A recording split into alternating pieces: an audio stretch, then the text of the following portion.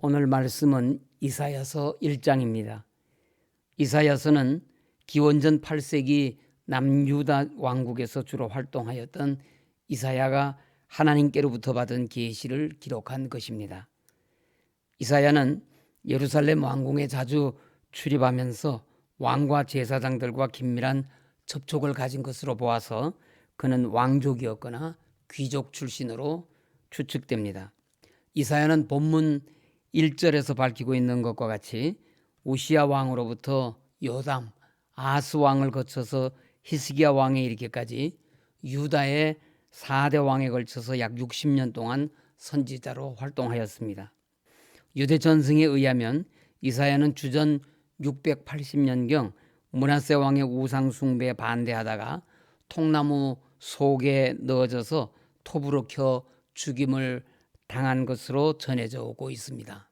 히브리서 11장 36절 37절에 또 어떤 이들은 조롱과 채찍질 뿐 아니라 결박과 옥에 갇히는 시련도 받았으며 돌로 치는 것과 톱으로 켜는 것과 시험과 칼로 죽임을 당하고 양과 염소의 가죽을 입고 유리하여 궁핍과 환난과 학대를 받았으니라고 한 말씀에서 톱으로 켜는 것은 바로 이사야 선지자를 가리키는 것이라고 어거스틴이나 터툴리안이나 제롬과 같은 교부들은 해석합니다. 이사야서의 중심 사상은 두 가지입니다. 첫째는 하나님께서는 악을 행하는 자들을 반드시 심판하신다는 것이고, 둘째는 하나님의 심판에도 불구하고 하나님께서는 경건한 남은 자들을 통해서 구원의 역사를 성취하신다는 것입니다.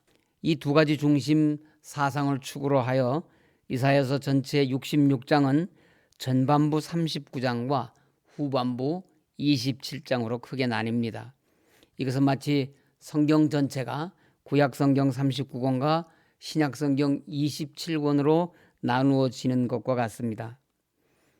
전반 1장부터 39장까지의 내용은 인간의 죄악에 대한 하나님의 심판이 주된 내용인 반면에 후반 40장부터 마지막 66장까지는 메시아의 도래로 말미암은 하나님의 구원을 다루고 있습니다. 본문 이사야 1장 말씀에 의하면 하나님을 떠난 이스라엘 백성들의 모습이 마치 주인을 알아보는 소나 나귀 같은 짐승마도 못한 존재로 전락하였다고 경고하고 있습니다.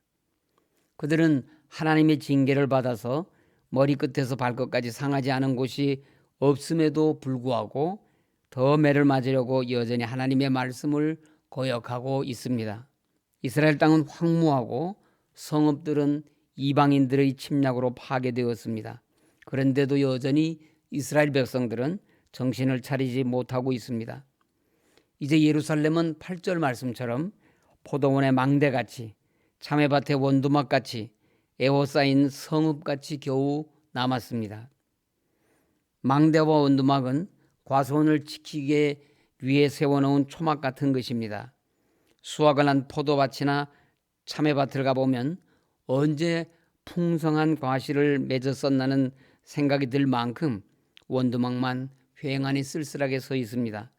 지금 예루살렘의 모습이 바로 그렇다는 것입니다. 온 유다 땅이 이방 침략으로 짓밟히는 가운데서도 예루살렘만 겨우 남아있는 것입니다. 예루살렘이 남은 것은 자기 백성을 징계하시는 중에도 자비로우신 하나님께서 그들을 조금 남겨두신 것입니다.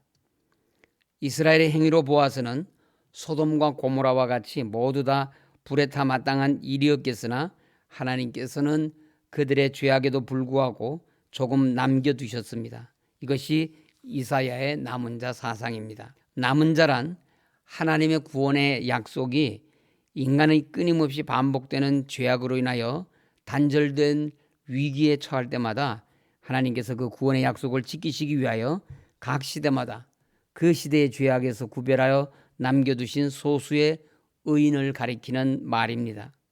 따라서 남은 자 사상이란 하나님의 구원 역사는 소수의 남은 자를 통하여 마지막 종말 때까지 항구적으로 변함없이 실현된다는 것입니다. 구약 성경에는 이와 같은 남은 자와 관련된 단어가 약 540여 회에 걸쳐 사용될 정도로 남은 자 사상은 구약 성경의 중요한 신학적 개념입니다. 남은 자의 효시는 첫사람 아담입니다. 아담은 금기하신 선악과를 먹은 자신의 죄로 인하여 당장 심판을 받아야 하였으나 하나님께서는 아담을 남겨두셨습니다. 남은 자 사상이 구약의 초기에 가장 결정적으로 나타난 것은 노아의 홍수 사건이었습니다.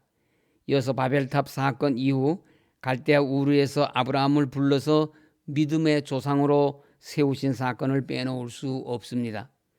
이렇게 볼 때 성경의 역사는 하나님을 떠난 인간의 죄악된 세상에서 하나님께서 남은 자를 택하셔서 그들을 부르시고 그들이 그 부르심에 응답함으로써 남은 자로 세우심을 입게 되는 역사의 과정입니다. 가나안 여리고 성에서 구원받은 라합의 가족 등 모든 사건들은 하나님께서 죄악으로 관역한 세상을 심판하시는 가운데서도 남은 자들을 세우시고 그들을 통해 구원의 역사를 면면히 이어나가신다는 사실입니다. 그런데 구약의 남은 자 사상이 하나의 신학적인 사상으로 체계화된 것은 이사야와 같은 선지자들의 활동에 의해서입니다. 특별히 주전 8세기에서 5세기에 걸쳐서 남북 이스라엘 왕국 시대와 바벨론 포로기 전후 시대에 본격적으로 등장한 여러 선지자들에 의해서였습니다. 특별히 이사야와 예레미야가 그 사상적 기초를 확립하였습니다. 이사야는 자신의 아들 이름을 스알야숲이라고 지었는데 그 뜻은 남은 자가 돌아오리라입니다. 그만큼 이사야는 남은 자 사상을 이스라엘 백성들에게 강조하여 그들에게 소망을 심어주었습니다. 이사야는 이스라엘 백성들이 그들의 죄악으로 인하여 나라가 망해서 바벨론의 포로로 끌려가게 되겠지만 하나님의 은혜로 남은 자가 반드시 돌아오리라는 소망을 예언하였습니다. 여기서 우리가 반드시 기억해야 할 것은 아무리 세상에 죄악이 관영할지라도 하나님께서는 반드시 소수의 남겨둔 자를 부르시고 세우신다는 사실입니다. 하나님께서 왜 범죄한 남유다를 심판하시되 그들에게 조금 남겨두시는 자비를 베푸시는 것입니까? 그것은 그들이 비록 범죄한 백성이기는 하지만 그럼에도 불구하고 하나님의 백성이고 하나님의 자녀이기 때문입니다. 하나님은 공의의 하나님이시기 때문에 자기 백성이라도 범죄하면 심판하십니다. 성경 역사를 보면 선민 남유다를 멸망시키기까지 하셨습니다. 그러나 하나님께서는 하나님의 백성, 하나님의 자녀를 그 명매까지 끊어지도록 심판하지는 않으셨습니다. 남유다를 바벨론에 의해 멸망시키셨지만 하나님은 백성들을 모두 멸하지 않으시고 그 일부를 남은 자로 남겨두셨습니다. 그리고 그 남은 자들을 통하여 다시 나라를 재건하게 하셨습니다. 그래서 우리는 세상이 아무리 죄악으로 인해 어둡고 캄캄할지라도 절망하지 않습니다. 소망을 가집니다. 이사야서는 이 남은 자 사상에 의하여 후반으로 갈수록 더욱더 강렬한 구원의 빛을 발하게 됩니다. 이러한 맥락에서 우리는 이사야 60장 1절에서 3절 말씀을 이해해야 합니다. 일어나라 빛을 발하라 이는 내 빛이 이르렀고 여호와의 영광이 내 위에 임하였음이니라. 보라 어둠이 땅을 덮을 것이며 캄캄함이 만민을 가려려니와 오직 여호와께서 내 위에 임하실 것이며 그의 영광이 내 위에 나타나리니 나라들은 내 빛으로 왕들은 비치는 내 광명으로 나아오리라. 오늘 우리도 남은 자 신앙을 가지고 이 세상에 소망의 빛을 비추어야 합니다. 우리 서울교회가 남은 자 교회가 되어서 강단이 타락하고 말씀이 변질되고 있는 이 땅의 교회에 하나님께서 택하여 남겨두신 남은 자 교회가 되어야겠습니다. 서울교회 성도 여러분, 이제 우리 서울교회는 어둠과 캄캄함에서 일어날 때입니다. 빛을 발해야 할 때입니다. 우리 서울교회 위에 나타나실 하나님의 영광을 믿음의 눈으로 바라보시기 바랍니다. 내가 믿으면 하나님의 영광을 보리라. 이사야 당시 이스라엘에는 하나님의 이름을 부르며 하나님을 예배하는 자가 얼마나 많았는지 모릅니다. 그러나 그 나라는 이방 민족의 의해서 망했습니다. 그럼에도 선민의 나라를 다시 재건한 것은 소수의 남은 자들에 의해서였습니다. 우리도 이 시대의 남은 자로 살아갈 수 있도록 우리의 신앙을 돌이켜볼 수 있기를 바랍니다.